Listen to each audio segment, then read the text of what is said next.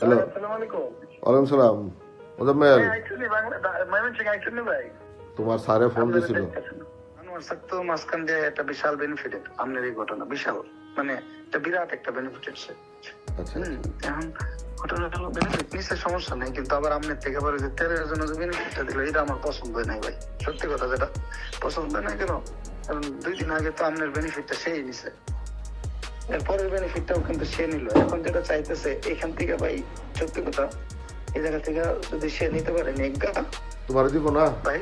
তোমার দিব না। না না এতে কাউরে না, ওই তেলমেল কেউ পায় না, এটা নিজের মতো নিজে করতেছে, কারণ কেউ জানেও না। আমার তো আরো জিজ্ঞাসা এটা কিছু হইতেছে না, এই জায়গা জানি আমার অনেকে জিজ্ঞাসা, আমি কিছু জানি না। এটা ফয়সালা করতে কিরম টাকা লাগতে পারে? ভাই এখানে টাকা পয়সা ভাই আপনারা যা দেন, এখানে কোনো নির্দিষ্ট কোনো ফিগার অ্যামাউন্ট নাই। এটা জানো কিছু? রিমান্ডে এসে তো দেখছেন ভাই, কথা বললাম মাত্র। ঘটনা হচ্ছে